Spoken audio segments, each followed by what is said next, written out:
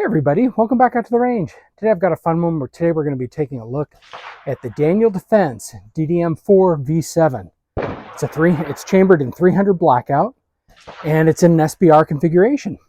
Let's get going.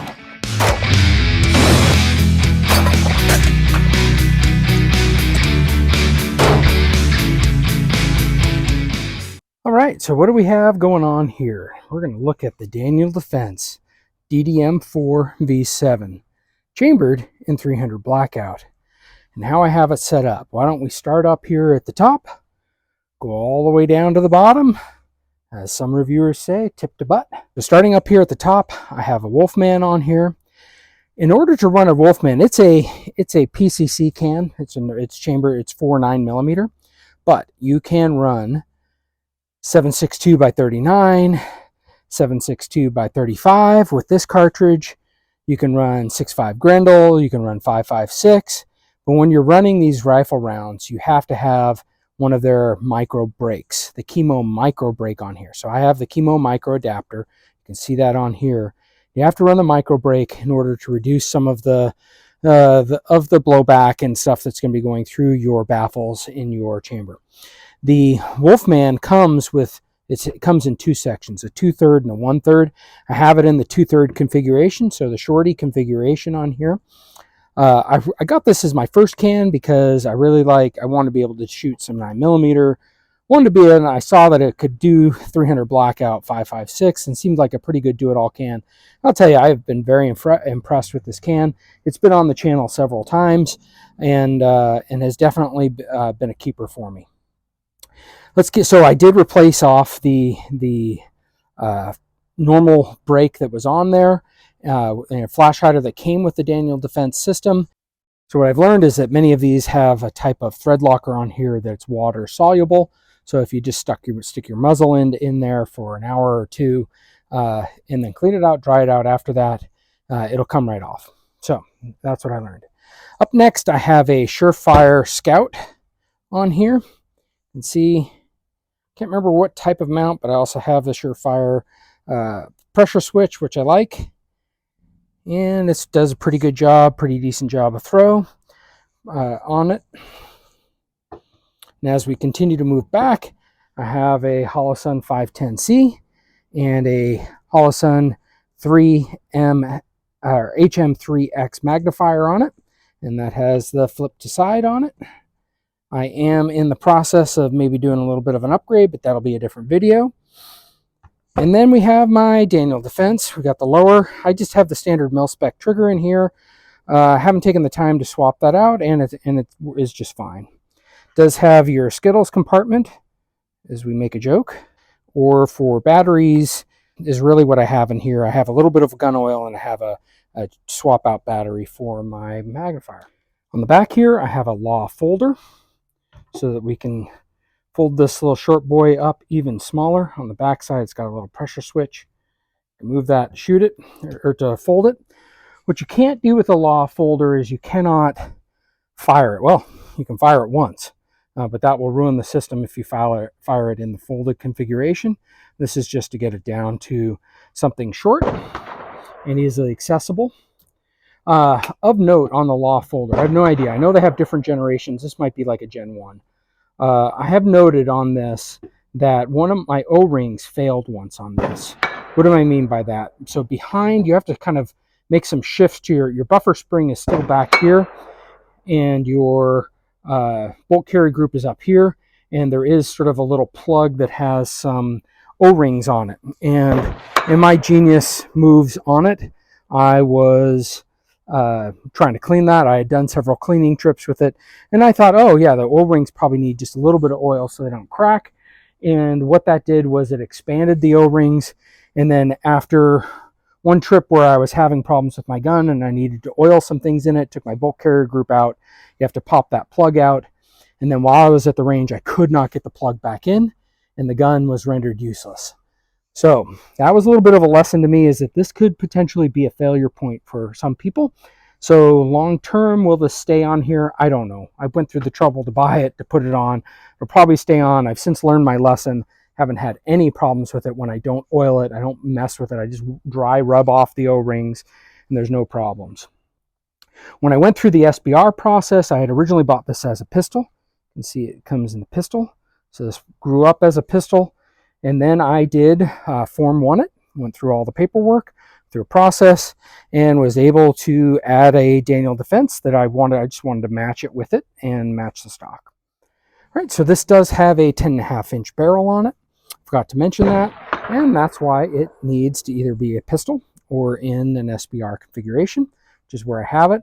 Why did I want the 10.5-inch barrel on here? Well, 300 blackout burns most, not all, a lot of its capacity of its bullet in a shorter barrel.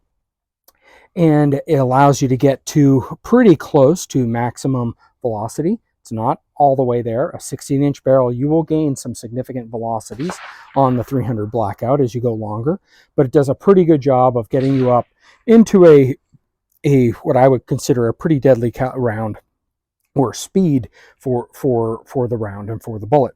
But it allows you to have a short configuration so that if you are using this as a home defense gun and you're looking down hallways, you're looking inside rooms, peeking outside of doors, and especially if you have a can-on, which I've always had planned to put on this rifle, you want something that is in a shorter configuration. So hence the 10.5. Could have gone shorter, could have gone longer, ended up with the 10.5. So what are primary uses and philosophies of use of this gun is that this is my home defense gun. This is what I use. This is what for my bump of the night type gun. I've got it all set up. It's usually locked and ready to go, just in case something needs to spring into action in the middle of the night. And, you know, there are definitely some considerations when you're dealing with that type of philosophy of use is, you know, long-term SHTF, is this going to be the right gun? I don't know with 300 blackout. It may be. As long as I'm home, this is a quality firearm. Daniel Defense has an excellent reputation for longevity, ability to continue round after round. This may be taken with me in an SHTF type scenario where we have to bug out, but you're not going to have as much ammo availability. Also, the ammo costs quite a bit. But for the specific use that I have for bump in the night gun, I am at home. You have resources to buy ammo. There are things like that. It's all good and it's all fine. You notice on my gun, I have some paint markings. I've got it marked in 300 blackout. One of my mags I have marked is 300 black on it. Why do I have that? Well, I was shooting with some nephews and some other folks a couple of years back, and I had both 5.56 and a 300 blackout out. And I wanted to make sure they put the right cartridge with the right gun. As many of you know, it's probably okay. There have been worse things. If you put a 5.56 bullet into a 300 blackout gun, you might survive. But if you put a 300 blackout bullet into a 5.56 gun, you're going to be in trouble and you're going to have an explosion, because 0.3 is bigger than 0.223. Just in case you didn't realize that, I had problems when I was trying to calculate whether 0.45 was bigger than 0.30, but you know, that's why Trigger Bar is here to help and make sure that we don't have other explosions. All right, well, I'm hoping to do a couple of different types of shooting, but we're going to start off at longer distance. Hopefully we get some hits. This is 110 gram ammunition. It's some AAC. It has the AMAX bullet in it, 110 grain. We're at 100 yards, and we're going to see if we can get some shots on this. I only have a 3x magnifier on this, but yeah, let's see what we can get on this and see what type of accuracy we can achieve with a 300 blackout round.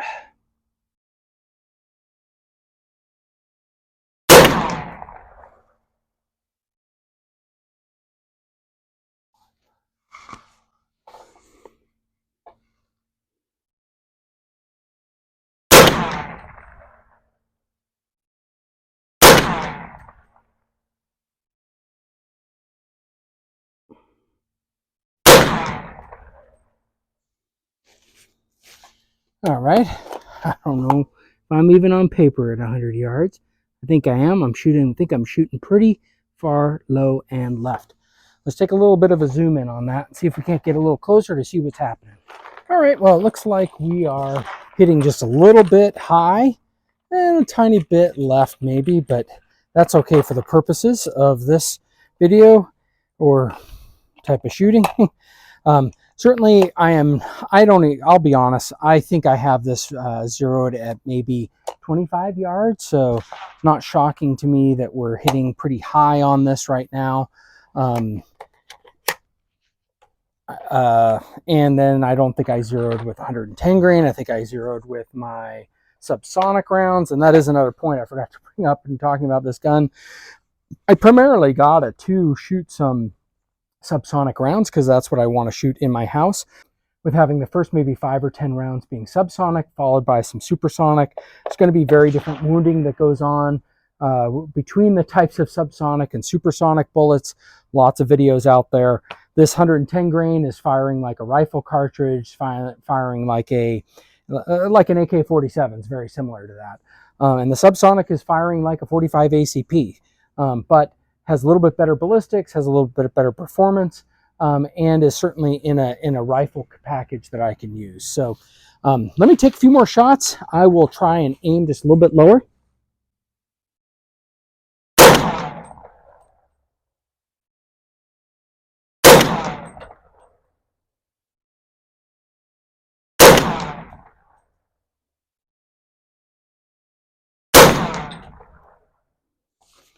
And that's stringing out a little bit. I don't think I had a consistent aiming thing, but plenty accurate with even a 3x magnifier, a Holosun circle dot reticle on it. And yeah, I think it'll do everything that you want to do. Why don't we switch some ammo up and we will go shoot some Subsonic rounds, and we'll see where that's hitting out, and that might give us a better picture. I was center of dot when I hit really high on that. Let me shoot some. I have some 220 grain Subsonic rounds from AAC, and it should be going about 1,000, but I think that's probably out of a 16-inch barrel, maybe even a little bit longer. We're probably down 850, something like that, with this 10.5-inch barrel. So let's take a look at where these hit. I don't know. I actually don't know where these are going to hit. I'm going to aim center target.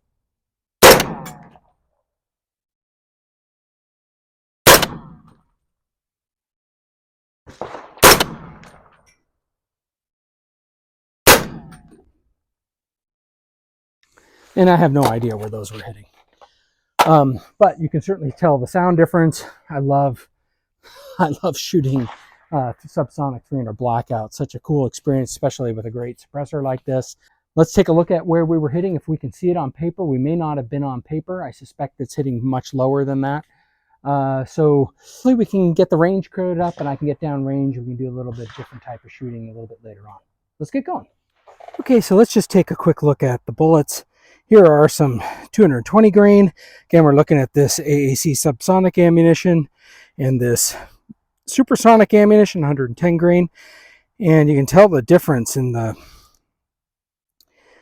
bullet, how much bigger it is for that 220 grain versus that 110 grain. And that can be one of the challenges. Sometimes, normally they say 300 blackout can run an NE 5.56 magazine, but sometimes on these longer Subsonic rounds, they have a little bit of a challenge because these, so if you weren't familiar with the case history, and the one way you can make the cases is from a 5.56 round and then shorten them and then expand them. And so it does fit in a 5.56 magazine. It's a 5.56 magazine. Fits right in. Sometimes, and probably these I think are fine, they don't fit on some Subsonic rounds, and they will run into, they'll have feeding issues because they run into, see how they're just a little bit closer to the end there. This one still fits. Sometimes they don't fit some mags, some Subsonic rounds. So they do make 300 blackout magazines. Don't believe this one is. Some of the other ones that I have are specifically for 300 blackout. You can see 7.62 by 35. So that's PMAG, specifically made for 300 blackout. Okay, well, we have a target set up about 15 yards away. We're gonna shoot some Subsonic rounds. Just get going on it a little bit. Again, I really like this gun. just super fun to shoot, super fun to use. We're going to shoot the Subsonics because that's what I like to run. So let's get going.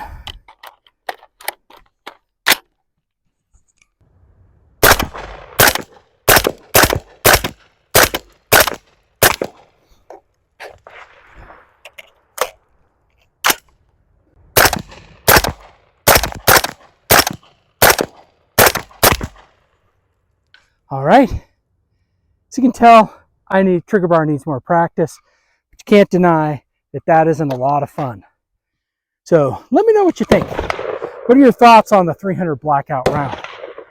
Is this something that you go with for home defense because it's got that bigger diameter? Do you like to stack it, subsonic and supersonic? Do you just run supersonic and you don't go subsonic? What other philosophies do you have? Certainly seen videos of people taking elk with 300 blackout. I'd probably do it within 100 yards. That's probably a safe kill. Things beyond that, I wouldn't really want to shoot. I think this cartridge is decent out to 200-300 yards, very similar to an AK. Definitely wouldn't be shooting subsonic beyond 100 yards, personally. So let me know what your thoughts are on the philosophy of use. Thoughts on the Daniel Defense. Have you had issues with them? Are they worth the premium price? Can you get something just as good for a lot cheaper? What's the brand that's your favorite? Let me know what you think in the comments. Please like, share, and subscribe if you haven't already done so.